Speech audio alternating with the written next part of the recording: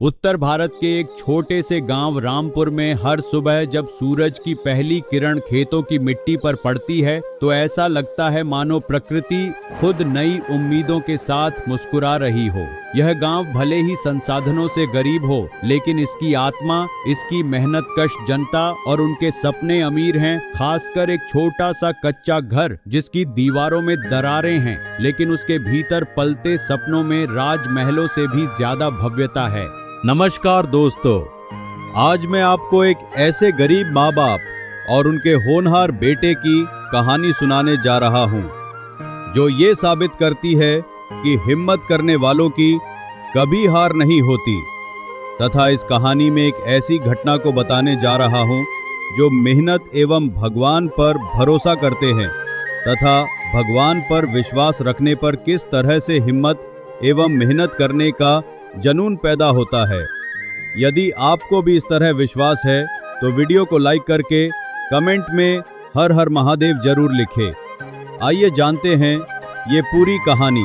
यह घर है बाबूलाल, गीता देवी और उनके बेटे रमेश का। बाबूलाल एक मेहनती किसान हैं जो दिन भर झुककर काम करते हुए खेत की पगडंडियों पर पसीना बहाते हैं, लेकिन आंखों में सिर्फ एक सपना होता है, रमेश अफसर बने। रमेश की मां गीता देवी अपने पति के साथ काम करती थी जो भगवान शिव की पूजा करती है। गीता देवी गरीब है लेकिन आस्था में समृद्ध गृहिणी थी।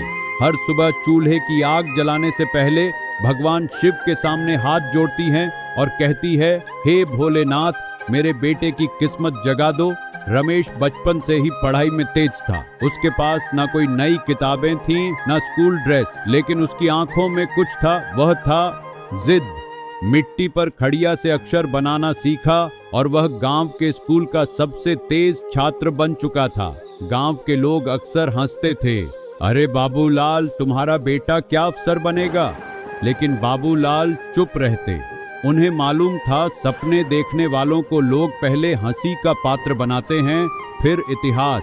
सपनों की पहली उड़ान तब शुरू होती है जब रमेश ने 10वीं कक्षा में जिला टॉप किया। न कोई कोचिंग, न ट्यूशन, न स्मार्टफोन था, लेकिन दिलों और दिमाग दोनों में एक ही आग लगी थी, वह था जुनून। स्कूल में मिठाइयाँ बांटी गई और मास्टर जी ने कहा, रमेश पूरे गांव का गौरव है और यह पूरे गांव का नाम रोशन करेगा। फिर उसने 12वीं में भी टॉप किया। अब रमेश को गांव छोटा लगने लगा था, सपने बड़े हो रहे थे। बाबूलाल ने एक दिन खेत से जल्दी आकर अपनी पत्नी गीता देवी से कहा, रमेश अब दिल्ली जाएगा और अफसर बनेगा। गीता देवी ने चुपचाप अपनी चूड़ियां और गहने निकालकर बेच आई, कुछ कर्ज भी ली और रिश्तेदारों से मदद लेकर रमेश को दिल्ली पहुंचा दिया।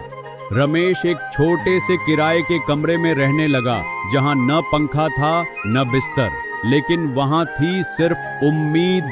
संघर्ष की पहली शुरुआत होती है। रमेश सुबह 5 बजे उठता, पास के पार्क में दौड़ता, कुछ व्यायाम करता, फिर घर लौटकर जल्दी तैयार हो जाता। दिन भर का रूटीन तय था, कोचिंग, लाइब्रेरी और देर रात तक पढ़ाई। खाने का हाल भी अलग था, कभी नमक चावल से काम चलता तो कभी सिर्फ पराठा खाकर पढ़ाई करता, क्योंकि महीने का खर्च बहुत सीमित मात्रा में मिलता था।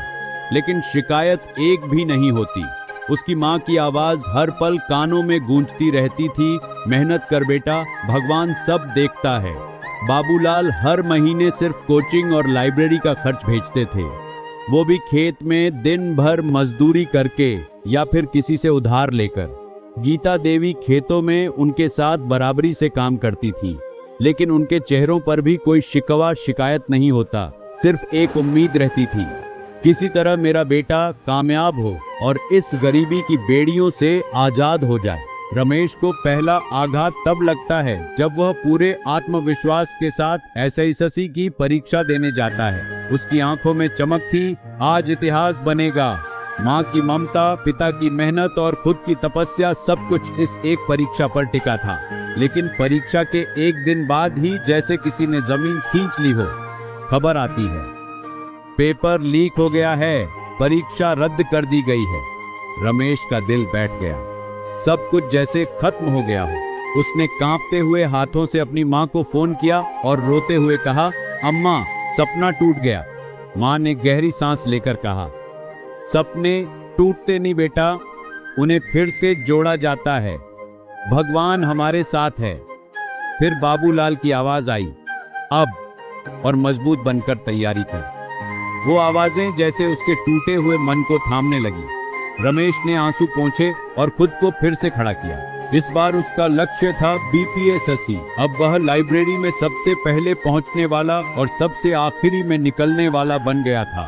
उसके दिन किताबों के बीच बीतते, रातें भगवान शिव के चरणों में बीतती। अब किताबें उसके हथियार थीं और परीक्षा उसकी लड़ाई। बीपीएसएससी परीक्षा बहुत अच्छे से गई थी। इस बार रमेश के चेहरे पर उम्मीद थी कि अब की बार हो जाएगा। लेकिन जब परिणाम आया तो रमेश का नाम चयन सूची में नहीं था। वह कुछ अंकों से पीछे रह गया था। शुरू में उसने खुद पर शक किया, शायद कहीं कुछ कमी रह गई होगी। लेकिन फिर एक और खबर आई, चयन सूची में भारी धांधली हुई है। पैसे लेकर ईमानदार एवं मेहनती बच्चे का हक छीन लिया गया है। बहुत से सीटें बेच दी गई हैं। रमेश को जैसे दूसरी बार आसमान से धक्का मिला। वह अपने छोटे से कमरे में चुपचाप बंद हो गया। न खाना पीना, न बोलना, न बाहर निकलना, केवल एक टूटी आत्मविश्वास और अधूरी उम्मीदें बच गई थी। माँ ने वीडियो कॉल किया, बेटा न्याय देर से मिलेगा, लेकिन मिलेगा जरूर, तू हार मत मान। पिता बोले, बेटा अब ये लड़ाई सिर्फ तेरी नहीं, पूरे समाज की है।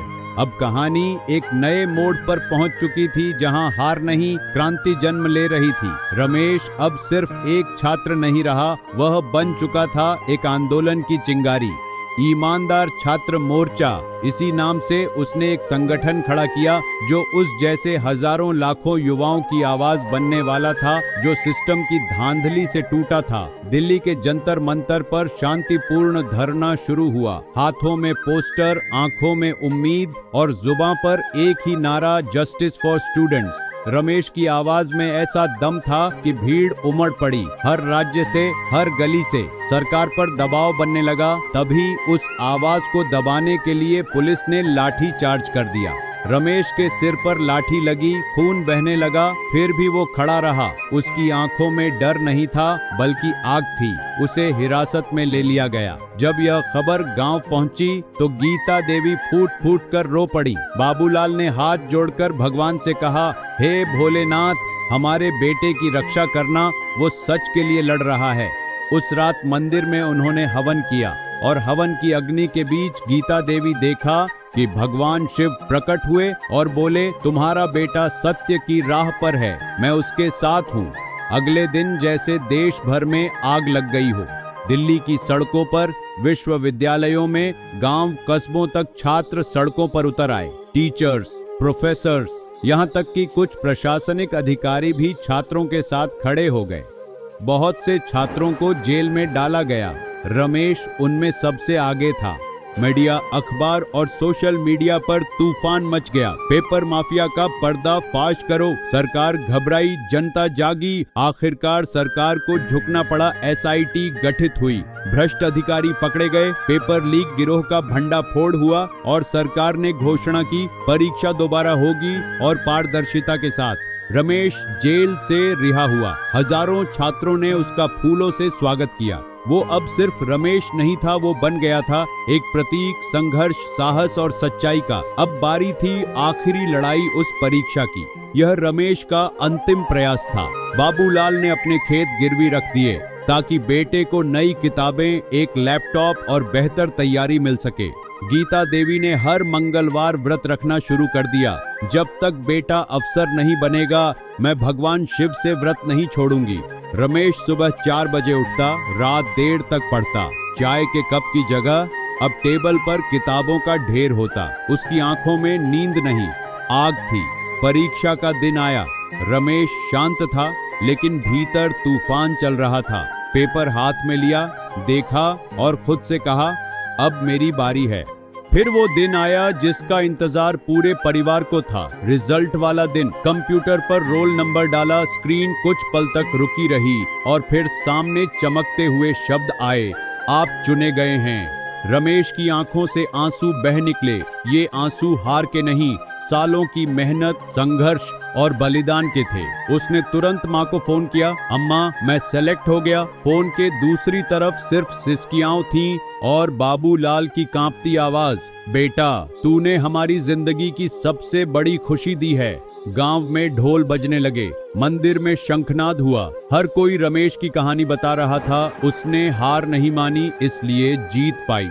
सरकार ने रमेश को युवा प्रेरणा सम्मान और नियुक्ति पत्र भेजा। उसकी पहली पोस्टिंग एक प्रमुख जिले में हुई। वह अफसर बना, लेकिन वह खुद को जनता का सेवक मानता था। भ्रष्टाचार के खिलाफ सख्त रुख, गरीबों के लिए दरवाजा हमेशा खुला, हर फरियादी की बात ध्यान से सुनता था। और सबसे खूबसूरत काम, उसने अपने गांव में एक बड़ी लाइब्रेरी बनवाई, जहां गरीब बच्चों के लिए फ्री गाइडेंस प्रोग्राम शुरू किया। हर रविवार वह खुद वहां पढ़ाने जाता।